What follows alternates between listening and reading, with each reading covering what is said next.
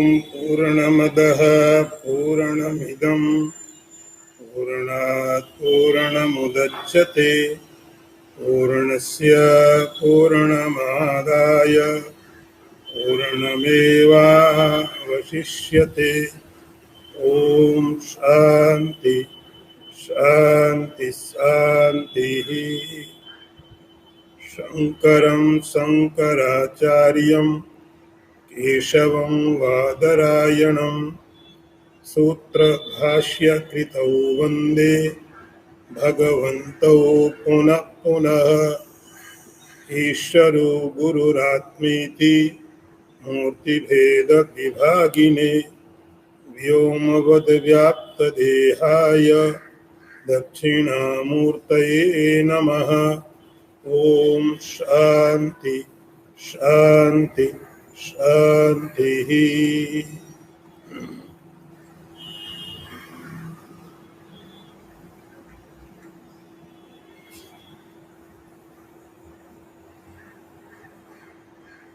अनन्यत्वम् अधिष्ठानात् आरोप्यस्य निरीक्षितं पंडितैः रज्जुसर्पादौ विकल्पो भ्रांति जीवन।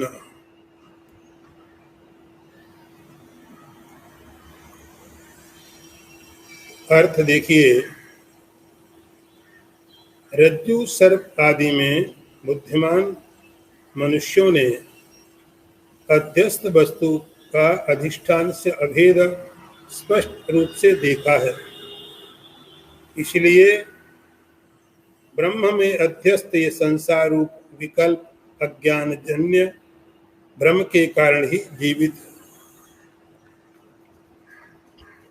पिछले मंत्र में आपने देखा, माया मात्रम इदम द्वैतम अद्वैतम परमार्थतः, ऐसा मांडुक्य उपनिषद का मांडुक्य कारिका का मंत्र का उद्धरण दिया था शंकराचार्य जी ने। अब बात कर रहे हैं सब माया मात्र है, लेकिन ये सब माया है किसके ऊपर? ये सब माया है तो वास्तविकता क्या है?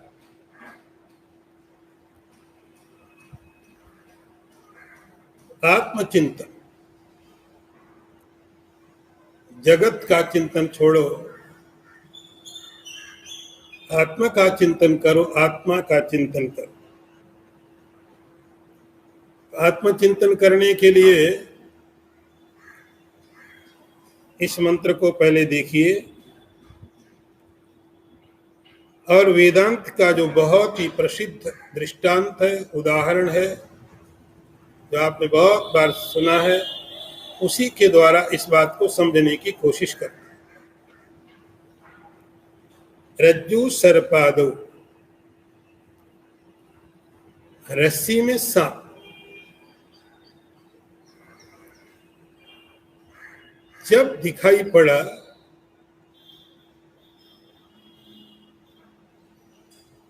या दूसरा एक एग्जांपल ले सकते हो जस्ट फॉर चेंज, कि हमारे जो कपड़े, इन कपड़ों के ऊपर में रिंकल्स आ जाते हैं।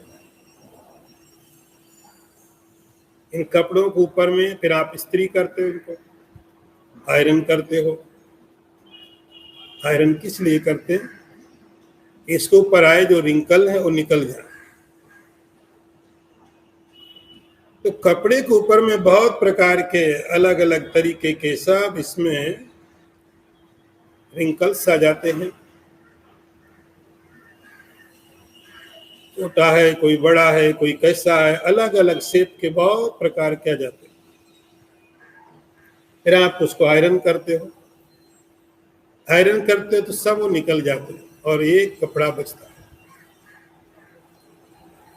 अब उस कपड़े के ऊपर में जो सिमटे थे,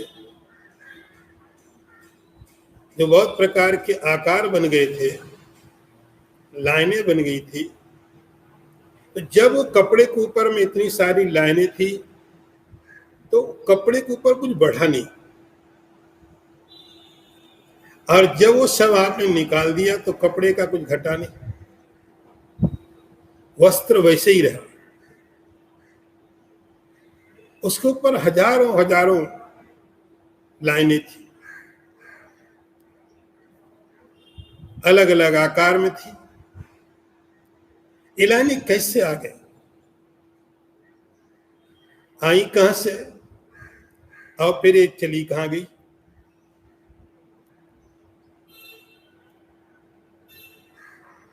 अब आपको पक्का मालूम है ये जो एक कपड़े के ऊपर में हजारों लाइनें बनी थी, उनका अपना अलग से कोई अस्तित्व नहीं है।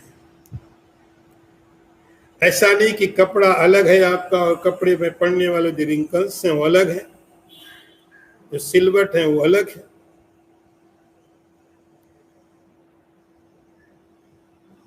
कपड़े को छोड़ करके कहीं नहीं पड़ सकते, ना अन्यत्वम, दूसरी जगह नहीं है, उसको बोलते अनन्य। कि कभी भी जहां पर कोई आप अध्यस्त वस्तु देखते हैं, किसी का जो भ्रम होता है कहीं पर, वो जो भ्रम से दिखाई पड़ने वाली चीज है, जिसके ऊपर में दिखाई पड़ती है उससे अलग नहीं होती, इसको बोलते अनन्यत्वम अधिष्ठानात्। अधिष्ठान से अन्य नहीं है। जो अधिष्ठान है, जिसके ऊपर आप देख रहे हो, अपने कपड़े के ऊपर में बहुत सारी क्रीजेस देखे, लाइंस देखी, वो सब कपड़े से अलग नहीं कि कपड़ा आप अलग कर लो, उनको अलग कर लो, वो वस्त्र में ही है। और उनकी प्रतीति होगी तब जब वहां पर वस्त्र होगा। समुद्र में लहरें, समुद्र में लहरें, तो समुद्र में उठने वाले जो तरंग हैं, जो वेव्स हैं, वो समुद्र से आप अलग नहीं कर सकते उनको। तो इसीलिए इसको कहा जाता है कि अधिष्ठान से अन्य नहीं है। जो अध्यस्त पदार्थ है, अध्यस्त पदार्थ है, वो अपने अधिष्ठान से, जिसके ऊपर वह अध्यस्त है, उससे अलग नहीं हो सकता। ऐसा पंडित ही निरीक्षितम, बहुत बड़े बड़े विद्वानों ने इस बात को अच्छी तरह समझा। आपको समझना चाहिए। निरीक्षण करने पर यह मालूम पड़ेगा, परीक्षण करने में मालूम पड़ेगा, जब आप एग्जामिन करेंगे तो मालूम पड़ेगा ये जो सांप दिख रहा था वो सांप रस्सी से अलग नहीं था। तो कभी भी अध्यस्त पदार्थ अधिष्ठान से अलग नहीं होता, एक ही है। इसी प्रकार से जब ये दृष्टांत आप ठीक से समझ गए, जब ये बात आपको ठीक से समझ में आ जानी चाहिए, इतनी बात तो समझ में आ जाती है। रस्सी में सांप की बात समझ में आ गई, समुद्र में वेव्स हैं वो समझ में आ गए, मिराज में पानी है वो भी समझ में आ जाता है। लेकिन जब बात जिसलिए समझाया जाता वो बात को की जा करना होता है, तब बुद्धि काम नहीं करती। विकल्पो भ्रांति जीवनः, ठीक वैसे ही ये जिसका नाम विकल्प दिया, आपने कई बार यहाँ पर विकल्प शब्दों का प्रयोग सुन रहे हैं। विकल्प बहुत प्रकार, विकल्प का अर्थ है बहुत कल्पना, विकल्पना अनंत प्रकार की कल्पना। एक रस्सी के ऊपर आप सांप की कल्पना भी कर सकते हो, यदि रस्सी को नहीं देखा है तो सांप हो सकता है। ऐसा भी हो सकता है जो सांप नहीं समझते उनको ये भी लग सकता है, हो सकता है किसी ने पानी गिरा दिया हो। ऐसा भी हो सकता है कि धरती में वहां पर कोई गड्ढा हो उस आकार का,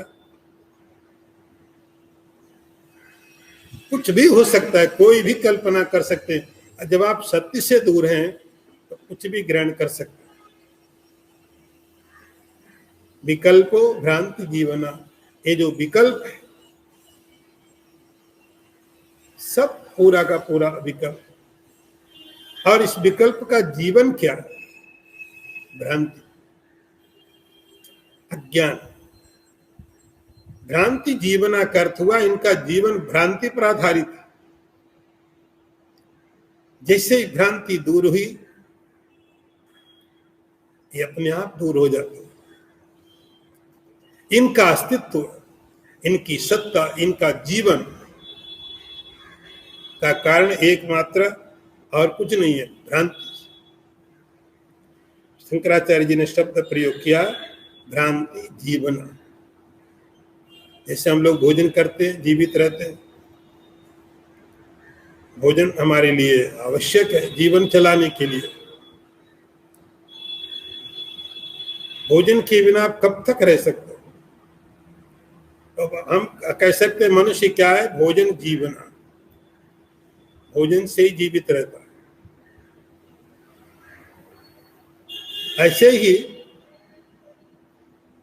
ये संसार क्या है? भ्रांति जीवना। ये भ्रांति के कारण जीवित है। जब तक भ्रांति है ये संसार कहीं नहीं जाएगा, कभी नहीं जाएगा। आंखें बंद कर लो, आंखें खोल लो, कुछ भी प्रक्रिया कर लो, संसार वैसे ही फ्रेश निकलेगा। जब भी आप आंखें खोलोगे, यदि भ्रांति अंदर में है, ये संसार उसी प्रकार से सामने खड़ा हो जाएगा जैसे पहले था। क्योंकि इसको भ्रांति जब तक है इसका जीवन तब तक है, और भ्रांति चली गई इसका जीवन चला गया। तो जैसे रस्सी के ऊपर में सर्प कल्पित है, तो वो सांप रस्सी से अलग कुछ भी नहीं है।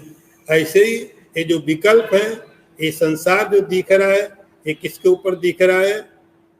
इसका अधिष्ठान कौन है? रस्सी का, सांप का अधिष्ठान आप समझ गए। इस सांप का अधिष्ठान होता है रस्सी। पानी जो तरंगे हैं उनका अधिष्ठान कौन है? सागर। जो रिंकल्स पड़ते हैं कपड़े के ऊपर, क्रीज आते हैं, लाइनें होती है, उसका अधिष्ठान कौन है? कपड़ा। ऐसे ही इस सारा का सारा जो जितना चमत्कार दिखाई पड़ रहा है उसका अधिष्ठान क्या है? एकमात्र ब्रह्म। इसलिए जैसे पानी को लहरों के रूप से देखा करते हैं हम, वस्त्र को लाइनों के रूप में देख रहे हैं, रस्सी को सांप की तरह देख रहे हैं, ऐसे ही उस ब्रह्म को संसार के रूप में देख रहे हैं। उससे अलग नहीं है, अलग नहीं कर सकते आप। ये ब्रह्म है, ये संसार है, ये सांप है, ये रस्सी है, ये पानी है, ये तरंगे हैं, एक ही है। बस केवल ब्रह्म के कारण वह अलग से दिखाई पड़ता है। अगला मंत्र देखिए, चित्तमूलो विकल्पोयम चित्ता भावे न कस्यन अतश्चित्तम समाधेहि प्रत्यग रूपे परात्मनि। बहुत ही अच्छे अच्छे मंत्र यहाँ पर है। चित्तमूलो विकल्पोयम, पहले इसका अर्थ देखिए। यह विकल्प, विकल्प में संसार चित्त मूलक है। चित्त का अभाव होने पर इसका कहीं नाम निशान भी नहीं रहता है। इसलिए अपने चित्त को प्रत्यक्ष चैतन्य स्वरूप आत्मा में स्थिर करो। आत्मा चिंतन, आत्मचिंतन प्रकरण ऐसा है। आत्मचिंतन, आत्मा का चिंतन करो, आत्मा का चिंतन करो। अभी जो चिंतन चल रहा है वो क्या चल रहा है? जगत का। इसका मूल क्या है? चित्त मूलो विकल्पोयम। इस संसार का कारण क्या है? दुनिया में बहुत तरह से बहस चलती है, बहुत तरह की थ्योरीज हैं, बहुत तरह की फिलोसफी है। इस संसार का निर्माण कैसे हुआ, और सब एक दूसरे से अलग अलग है। सर्वसम्मत कोई भी सिद्धांत नहीं है कि संसार ऐसे बना। दुनिया में हजारों हजारों फिलोसफी है। हर व्यक्ति को सोचने का अपना अधिकार है। संसार का कारण ये है, संसार का कारण ये है, संसार हजारों।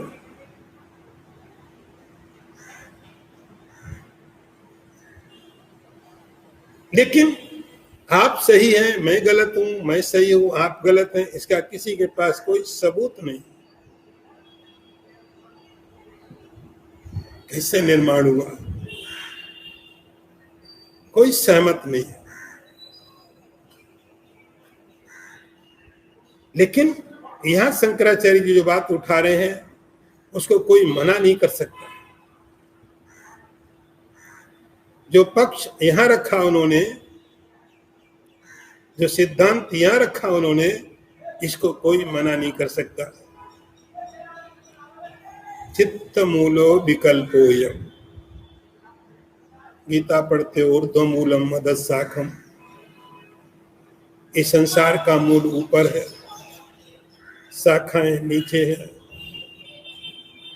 बहुत तरह से संसार की व्याख्या की गई है, क्योंकि हमको चाहिए, हम जानना चाहते हैं संसार की उत्पत्ति कैसे बताया जाता है। यहां शंकराचार्य जी ने जो सिद्धांत दिया है, इस संसार का एक कारण है, और वो है चित्त, मन। बस सीधा सीधा, इतना सिंपल, इतना सीधा, आप आराम से समझ सकते हो। चित्त मूलो विकल्पोयम, यह जो विकल्प है, ये जो संसार है, ये जो जगत है, यूनिवर्स है, डाइवर्सिटी से, उसका एक ही कारण है, और वो कारण चित्त, मन, माइंड, जब जो भी नाम दे लो, यही इसका कारण है। बात को स्पष्ट करते हैं कि मैं ऐसे नहीं कह रहा हूं। चित्ता भावे न कश्चन, यदि चित्त का अभाव हो जाए, चित्त न रहे, उसके बाद में संसार की कोई सत्ता नहीं। जैसे सुषुप्ति या समाधि, दोनों ही अवस्थाओं में क्या होता है, चित्त नहीं होता, माइंड नहीं होता है, मन नहीं होता है। दोनों अवस्थाओं में एक ही चीज होती है कि मन नहीं होता। मन नहीं है, जगत नहीं है। समाधि में मन नहीं है, सुषुप्ति में मन नहीं है, संसार किधर? संसार का कारण चित्त है, चित्त, मन है। मन है इसलिए संसार है, मन नहीं है, खत्म। तो संसार के कारण आप अलग अलग तरीके से ढूंढ सकते हो। कोई बोलेगा ब्रह्मा ने बनाया, कोई बोलेगा पंचभूत ने बनाया, इसने बनाया, उसने बनाया, हजारों हजारों तरीके हैं। लेकिन शंकराचार्य जी बोलते हैं चित्त, मन। यदि एक ही कारण ढूंढना पड़े, इसको कोई मना नहीं कर सकता। मन नहीं है, संसार कहाँ है? चित्त मूलो विकल्पोयम, इसलिए सारा जो विकल्प है, ये सारा जो संसार है, जो सारी चीजें आप देख रहे हो, उसका एक ही कारण है, और वो होता है चित्त। मन। चित्ताभावे न कश्चन, चित्त का अभाव हो जाए, चित्त न हो, मन न रहे, तो संसार के बारे में बताइए, आपके पास क्या है कि आप कहोगे संसार है? चित्ताभावे न कश्चन, चित्त का अभाव हो जाने पर कोई संसार नहीं रहता। इसीलिए अब सारे के सारे संसार को एक चीजों में इकट्ठा कर दिया उन्होंने, चित्त। आपकी ये समस्या, आपकी ये समस्या, तो आप एक एक समस्या का समाधान करते रहते हो। ये समस्या, इसका ये समाधान करो, ये समस्या, इसका ये उपाय करो, ये समस्या, इसका ये उपाय करो।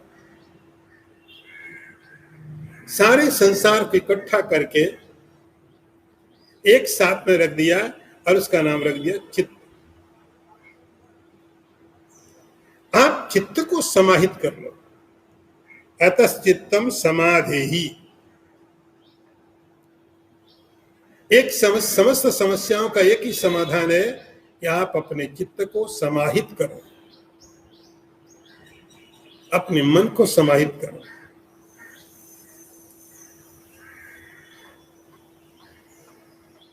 मन को समाहित करो, मन को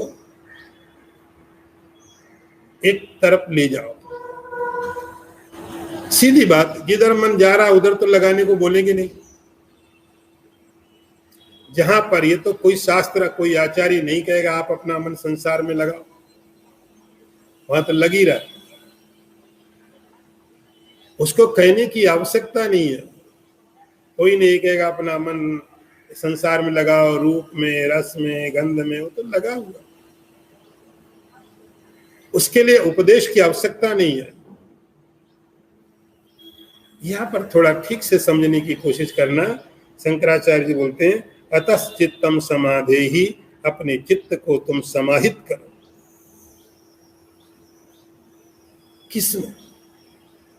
चित्त को कुछ तो चाहिए, क्योंकि चित्त तो कुछ ऑब्जेक्ट तो चाहिए, उसको कुछ तो पदार्थ चाहिए जिसमें चित्त को लगाया जाए। यहां पर उन्होंने बता दिया प्रत्यक रूपे परात्मनि। अपने चित्त को जब आप ध्यान, इसलिए मैंने आपको कई बार बोला है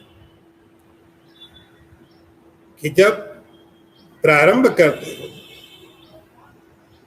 आप ध्यान के लिए, मेडिटेशन के लिए, तो जरूरी नहीं कि आप निर्गुण निराकार ब्रह्म स्थिति को ध्यान करें, लेकिन आपका जो मन जिधर लगाया जाए, वो मन आपका इन पदार्थों से हटा करके आप कोई दिव्य पदार्थ पे लगाइए।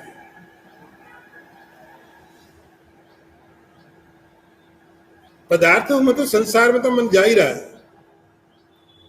इसको लगाने के लिए, इसमें लगाने के लिए आपको आंख बंद करके पद्मासन लगा करके बैठने की आवश्यकता नहीं। यहां तो जा रहा है, आपको यह बताया जा रहा है आप अपने मन को इनसे हटा करके किसी और जगह लगाइए, और जगह जो ये नहीं है पदार्थ, इनसे कुछ अलग है, इनसे कुछ विलक्षण है, उसमें लगाइए। शुरू में आप भगवान की कोई मूर्ति समझ सकते हो, ये भगवान की मूर्ति तो यहां है नहीं। धीरे धीरे धीरे धीरे आप उस पदार्थ को और छोटा करते जाइए, लेकिन आपके ध्यान का जो पदार्थ है क्या होना चाहिए? प्रत्यक रूपे परात्मनि, परात्मनि आत्मा होना चाहिए। एक साथ नहीं, लेकिन प्रक्रिया वही है। आपके ध्यान का जो विषय है वो संसार के पदार्थ में, कि कोई आप फूल के ऊपर ध्यान कर रहे हो, कोई माउंटेन पे कर रहे हो, कि कोई आप स्टार पे कर रहे हो, सन मून, उसका कोई मतलब तो है। आपका ध्यान अलौकिक पदार्थ में, दिव्य पदार्थ के तरफ होना चाहिए। भगवान का कोई रूप, कोई नाम, कोई लीला। अब कुछ तो लीजिए, और धीरे धीरे धीरे धीरे उसको और छोटा करते करते आखिरी में परात्मनि, उस परमात्मा में अपने चित्त को लगा दिया। केवल इतना किया कि चित्त जो मन संसार की तरफ जा रहा था, संसार और बढ़ रहा था। जितना आपका मन संसार में जाएगा, संसार उतना बढ़ेगा। अब आपने मन को डाइवर्ट कर दिया, मन को डाइवर्ट कर दिया प्रत्यक रूपे परात्मनि, परमात्मा की तरफ आपने उसको डाइवर्ट कर दिया। तो जब संसार में मन गया नहीं, संसार खत्म, सारी समस्याएं खत्म। प्रत्यक रूपे परात्मनि, उस परमात्मा में प्रत्यक रूप में अपने चित्त को लगाना चाहिए। जैसे ही चित्त उधर लग गया, संसार की एक समस्या नहीं, संसार की समस्या नहीं, संसार एक समस्या है। आप एक तरफ से हटाने की कोशिश करोगे, दूसरी तरफ से आ जाएंगे। चित्त वहां से हट गया, अभी संसार आपके लिए समस्या नहीं है, आपका चित्त ही नहीं वहां पर, आपका मन वहां है ही नहीं। मन कहाँ है? प्रत्यक रूपे परात्मनि, परमात्मा में आपका मन है। अब अगला मंत्र देखिए, किमपि सतत बोधम केवलानंद रूपम निरुपम अतिवेलम नित्यमुक्तम निरीहम निरवधि गगनाभम निष्कलम निर्विकल्पम हृदि कलयति विद्वान ब्रह्म पूर्णम समाधौ। बहुत महत्वपूर्ण मंत्र है ये। आगे 3 मंत्रों में जो चीज बताई जा रही है आपको मालूम है, लेकिन फिर भी आपको शंकराचार्य जी याद दिला रहे। ये वाली लाइन हृदय कलयति विद्वान ब्रह्म पूर्णम समाधौ, ये लाइन आपको आगे के 3 मंत्रों में मिलेगी। हृदय कलयति विद्वान ब्रह्म पूर्णम समाधौ। पहले इसका अर्थ देखिए, किसी नित्य बोध स्वरूप केवलानंद रूप उपमा रहित कालातीत नित्य मुक्त यथेष्ट निश्चेष्ट आकाश के समान निश्चीम काल रहित निर्विकल्प पूर्ण ब्रह्म का विद्वान समाधि अवस्था में अपने अंतःकरण में साक्षात अनुभव करते हैं। बहुत महत्वपूर्ण श्लोक है। अपने मन को प्रत्यक रूप परमात्मा में लगाओ, ऐसा शंकराचार्य जी ने पिछले मंत्र में कहा। प्रत्यक रूप में जो प्रत्यक चैतन्य है उसमें लगाओ। ये शंकराचार्य जी साधक को मार्ग बता रहे हैं। उसमें हृदय कलयति विद्वान ब्रह्म पूर्णम समाधौ। संसार को देखना तो एक बहुत ही नेचुरल प्रक्रिया है, उसके लिए आपको कोई प्रयास करने की जरूरत नहीं है। आपको शास्त्र पढ़ना, साधना करना कोई जरूरी नहीं। सब देख रहे हैं संसार को, सब अनुभव कर रहे हैं, लेकिन जो विद्वान है, यहाँ विद्वान का अर्थ हुआ जो साधक साधन चतुष्टय है, संपन्न है, पूरी प्रक्रिया जिसने पालन की है, वह विद्वान हृदय अपने हृदय के अंदर में पूर्ण ब्रह्म को अनुभव करता है, पूर्ण ब्रह्म का साक्षात अनुभव करता है। 3 मंत्र यहां पर है जो हम आज लेंगे। तो जब कोई साधक अपने चित्त को प्रत्यक रूप में लगाता, संसार से हटाया और परमात्मा में जोड़ा, ईश्वर में जोड़ा, संसार से हटाया। अब शुरू में कई प्रकार के भ्रम आ सकते हैं कि जब आप इस प्रक्रिया में गए तो बहुत प्रकार के मन में, क्योंकि ये सब्जेक्टिव हो गई चीजें, अब आपके ऊपर हो गया, आपको हृदय के अंदर उनको ध्यान करना है, तो बहुत सावधानी की जरूरत है। यहां पर गलतियां हो सकती हैं, इसलिए बहुत स्पष्ट रूप से बता रहे हैं, हृदय के अंदर में योगी साक्षात अनुभव करता है कैसे आत्मा का, कैसा आत्मा है।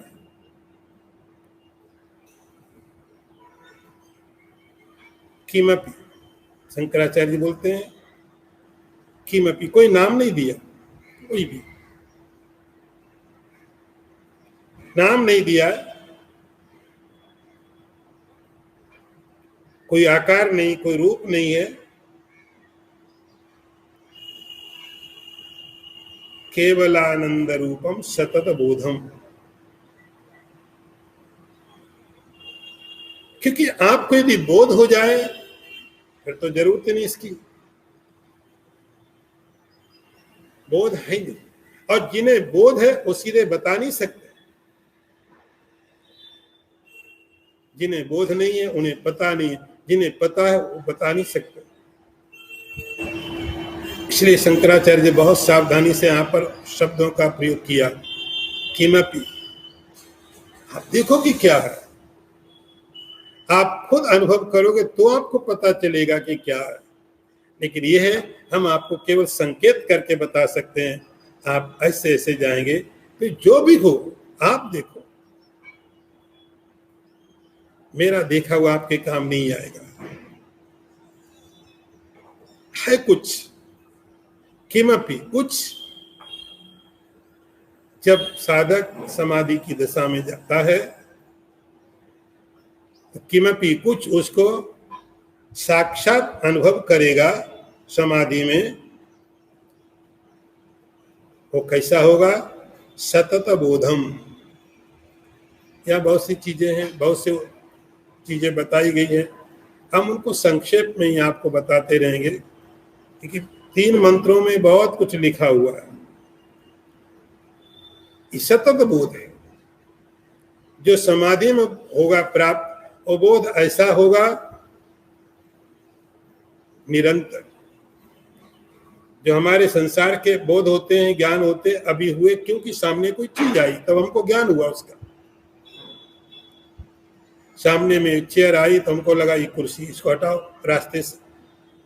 पेड़ है, कुछ भी है, सामने में कोई ऑब्जेक्ट होगा तो उसका पदार्थ का ज्ञान होगा।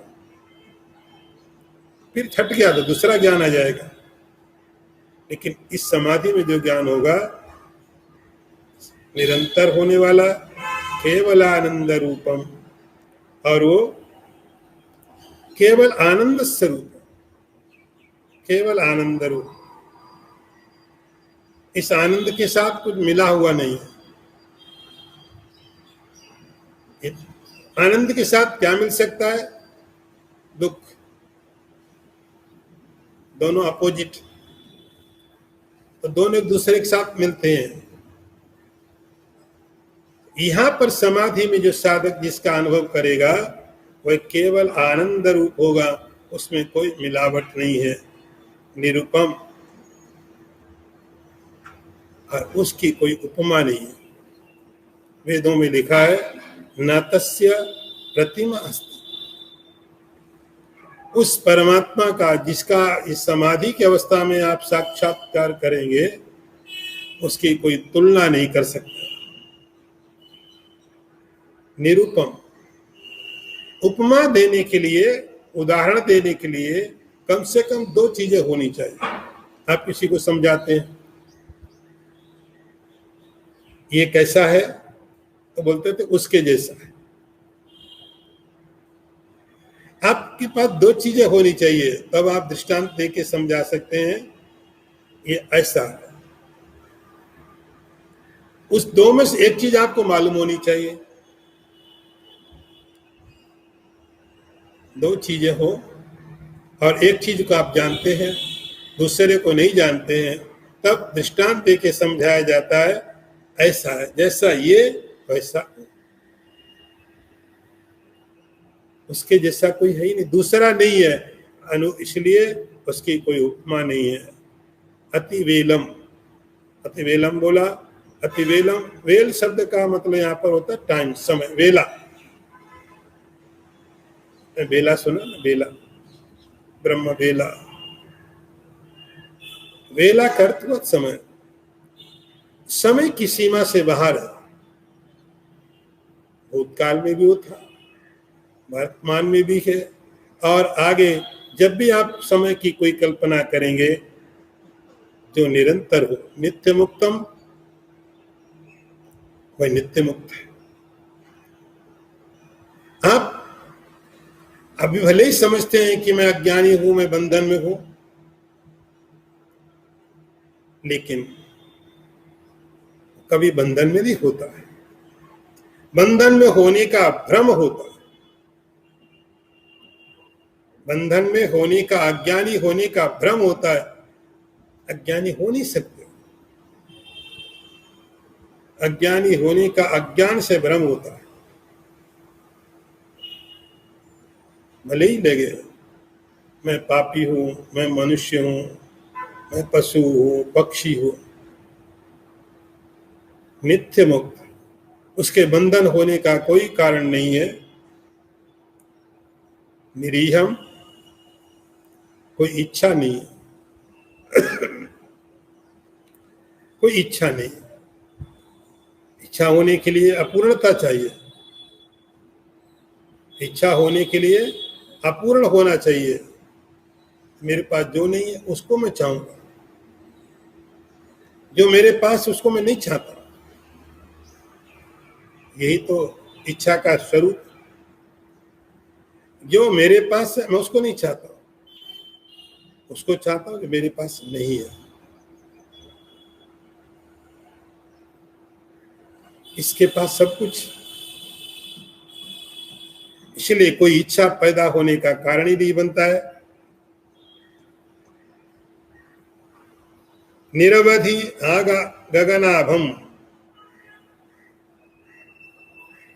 कोई सीमा नहीं है, देश की सीमा, बाउंड्री, इतना एरिया इंडिया का है, उसके बाद दूसरा देश है, उसके बाद तीसरे देश की बाउंड्री शुरू हो जाएगी, वहाँ एक अलग इमिग्रेशन वाले बैठेंगे, वहाँ एक अलग। क्यों?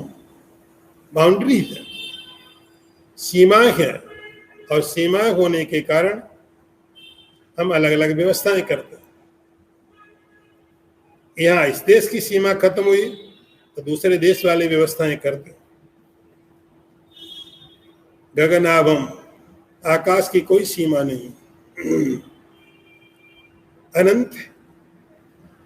तो आकाश की तरह उसकी अवधि नहीं है। निष्कलम, एक निष्कल दिया, निष्कल का अर्थ होता कलाओं से रहित, कला, कला का अर्थ होता है एक तरह से विकार समझे। जिससे आप आकाश में चंद्रमा को देखते हैं, चंद्रमा में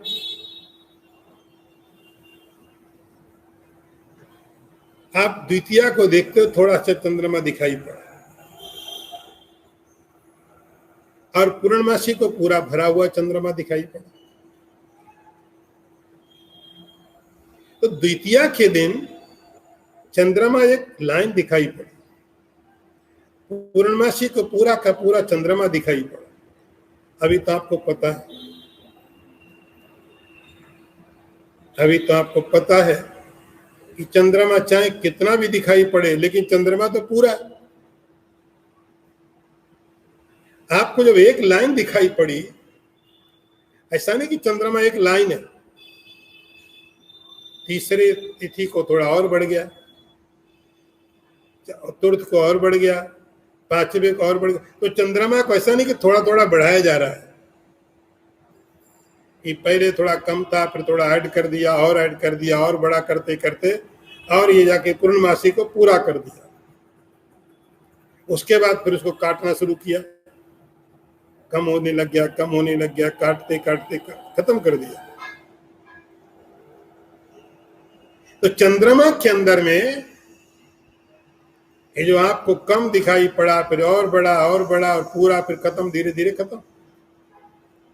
अभी तो बहुत अच्छी तरह छोटे बच्चे भी समझ लेते हैं कि चंद्रमा आपके दिखाने से न तो छोटा होता न बड़ा होता है।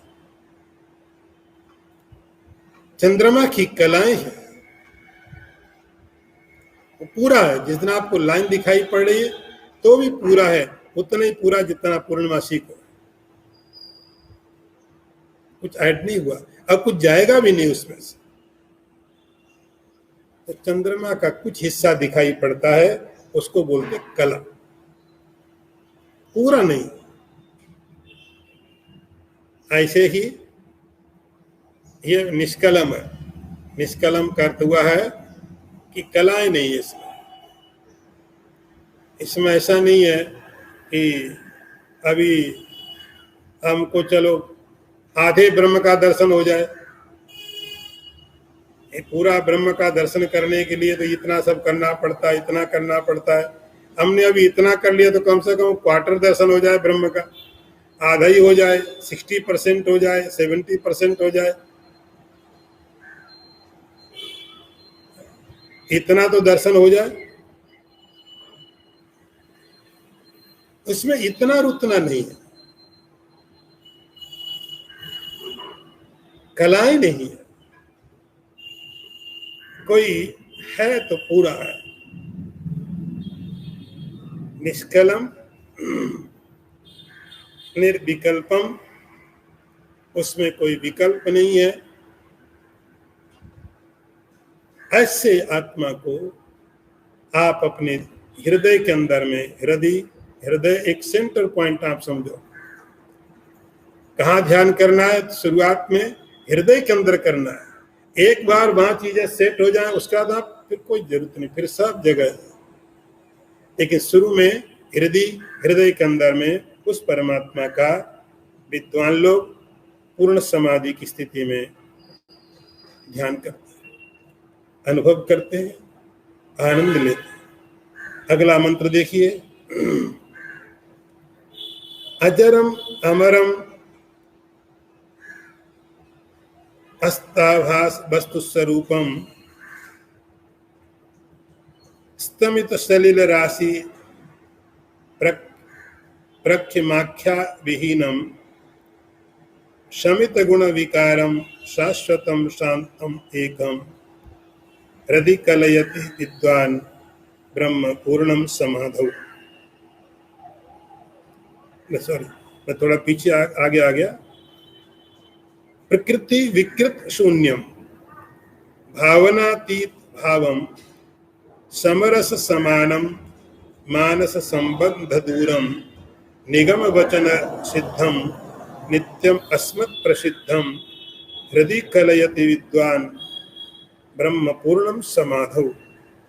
अर्थ देखिए, कारण और कार्य से रहित, मानवीय भावना से अतीत, समरस, उपमा रहित, प्रमाणों की पहुंच से परे, वेद वाक्यों से सिद्ध, नित्य अस्मत् रूप से स्थित पूर्ण ब्रह्म का विद्वान समाधि अवस्था में अपने अंतर्मन में अनुभव करते हैं। और थोड़ा आपको ध्यान रखना पड़ेगा, जिसका न कार्य है न कारण है, उससे कोई पैदा नहीं होता और किसी से पैदा नहीं हुआ। कार्य कारण से रहित, भावना थी तो भावम, और उसके अंदर कोई भावना, कोई संकल्प, कोई इच्छा, कोई तर्क, ये मैंने सोचा ऐसा होगा, उन समस्त भावों से ऊपर भावनातीत भावम, हमेशा एक जैसा रहने वाला, समरस, एक जैसा, कभी उसमें कुछ प्रकार का कोई विकार नहीं, समानम, असमानम, और उपमा से रहित, उसके जैसा कोई दूसरा नहीं है। इसीलिए एकम बार बार बोला जाता है, विदाउट सेकेंड, असमानम।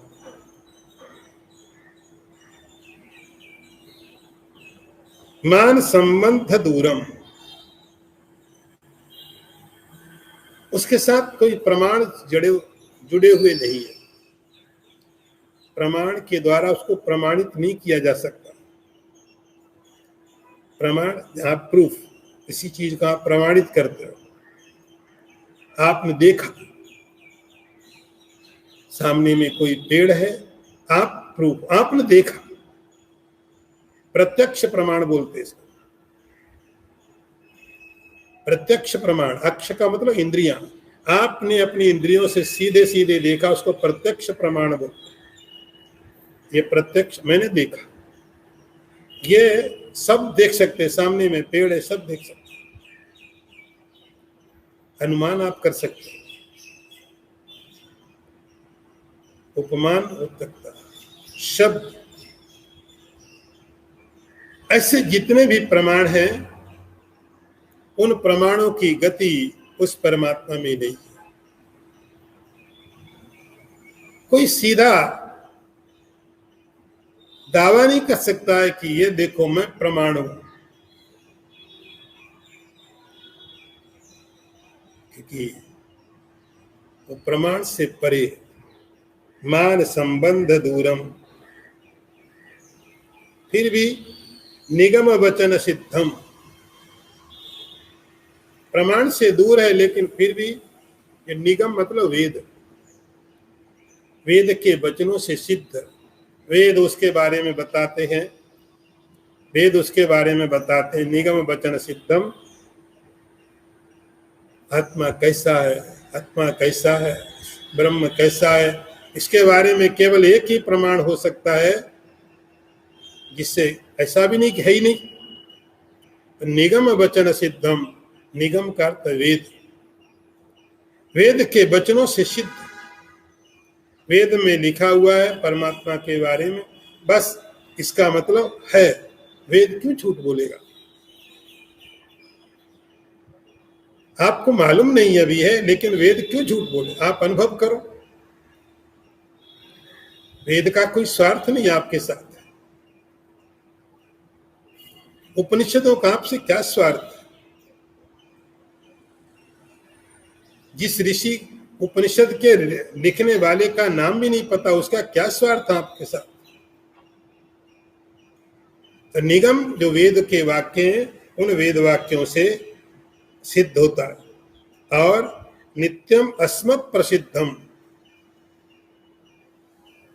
वह वेद के वचनों से तो सिद्ध।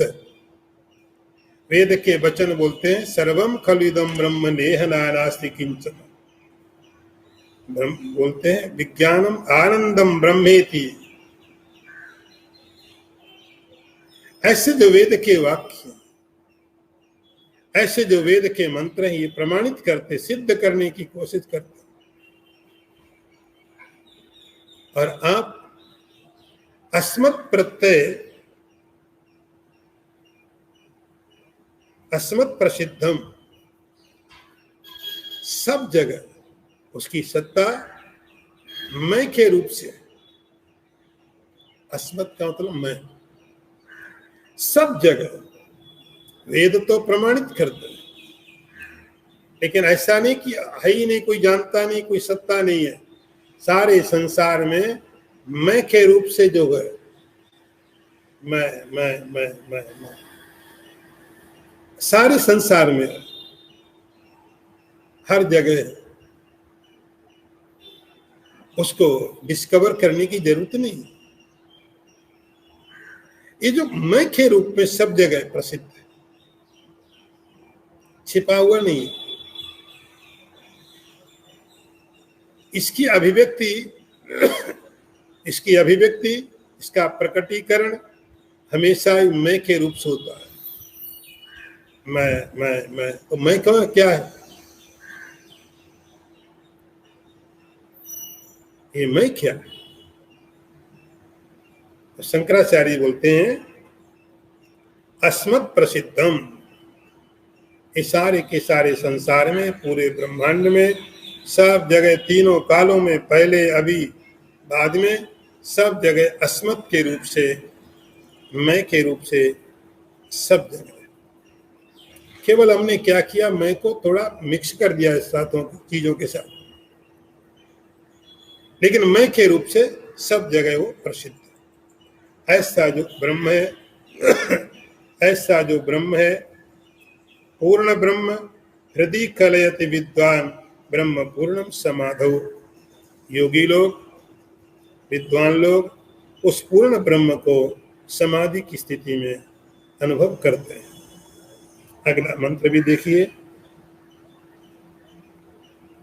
अजरम अमरम अस्तभा आभास वस्तु स्वरूपम स्मित सलिल राशि प्रख्य माख्या विहीनम शमित गुण विकारम शाश्वतम शांतमेकम हृदय कलयति विद्वान ब्रह्म पूर्णम समाधौ।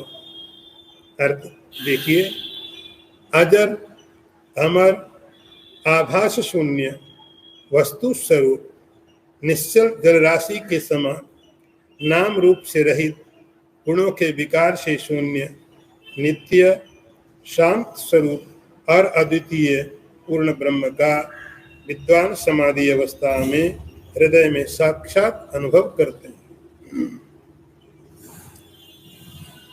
वह ब्रह्म जिसका ध्यान आपको करना है, जिसका अनुभव करना है, अजर है। अजर का अर्थ उस पर वृद्धावस्था नहीं है, इतने सालों से पता नहीं कब से है, बूढ़ा हो जाए, नी पेन करने लग गया, अमुक जगह दर्द होने लग गया, ये होने लग गया, मरता भी नहीं। अब जानो चाहे मत जानो, वो तो रहेगा, उसकी सत्ता तो रहेगी। आभास शून्य, उसमें किसी प्रकार का कोई आभास नहीं होता है। वस्तु स्वरूप, वो वास्तविकता है, यथार्थ। वस्तु का अर्थ होता है यथार्थ। निश्चल जल राशि के समान होता है। जैसे समुद्र में समझो ऐसा ऐसा पानी हो जो चलता हुआ नहीं हो, शांत पानी, जैसे कोई लेक। उस शांत पानी के अंदर में कोई हवा नहीं है, कोई वेव्स नहीं है, उसमें कोई वर्लपूल नहीं होगा।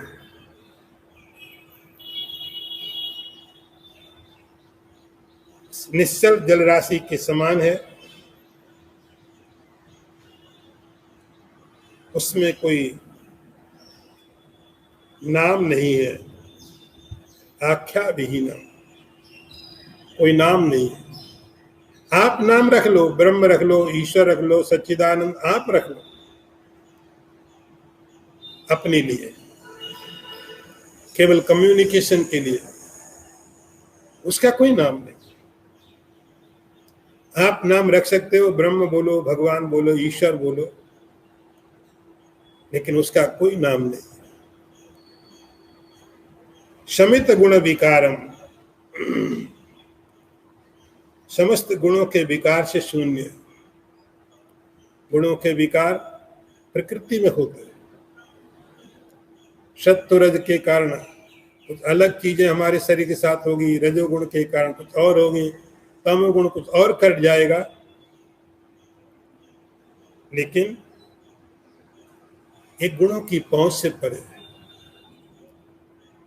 शमित गुण विकारम, गुण का कोई भी विकार उसके ऊपर में नहीं होता है, तो समस्त गुणों के विकार से रहित होता है। शाश्वतम, शाश्वतम हमेशा, काल उसके अंदर कल्पित है, काल उसकी कल्पना के अंतर्गत है।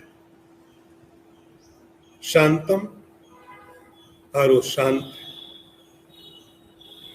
उसमें कोई विकार नहीं, एक जैसा है, हमेशा एक जैसा। जैसे हम कभी क्रोधित हो जाते हैं, कभी शांत होते हैं, कभी कोई एक्टिविटी करते हैं, कभी कुछ करते हैं, अलग अलग गुण आके हमको विक्षिप्त कर देते हैं। लेकिन ये शांत, एक जैसा और एकम, एक है। ऐसे उस ब्रह्म को हृदय कलयति विद्वान ब्रह्म पूर्णम समाधो, ऐसा जो पूर्ण ब्रह्म है, उस पूर्ण ब्रह्म को योगी लोग अपनी समाधि में अनुभव करते हैं। इसके पहले कोई अनुभव हो, इस जो आपको परिभाषाएं दी गई, जो डेफिनेशन दिए गए हैं, इसके पहले किसी का कोई और अनुभव हो, वो सब माया का कार्य है, माया का कार्य है। इसीलिए जब तक इस स्थिति में नहीं पहुंचे साधक, इसलिए सब आपको लक्षण बताए गए कि बहुत प्रकार के लक्षण हो सकते दिमाग में आए और हमको लगे बस हो गया मेडिटेशन, पहुंच गए समाधि में। कहते हैं आप इसमें जाना, जब ये सब चीजें हट जाएं और आपको पूर्ण ब्रह्म का अनुभव हो। जो योगी लोग उस पूर्ण ब्रह्म का अनुभव समाधि की अवस्था में करते हैं, तब आप सही अनुभव कर रहे हैं। ओम पूर्णमदः पूर्णमिदं पूर्णात् पूर्णमुदच्यते पूर्णस्य पूर्णमादाय पूर्णमेवावशिष्यते। ओम शांति शांति शांतिः। शंकरं शंकराचार्यं केशवं वादरायणं सूत्रभाष्यकृतौ वन्दे भगवन्तौ पुनः पुनः। ईश्वरो गुरुरात्मेति मूर्तिभेदविभागिने व्योमवद्व्याप्तदेहाय दक्षिणामूर्तये नमः। ओम शांति शांति शांतिः।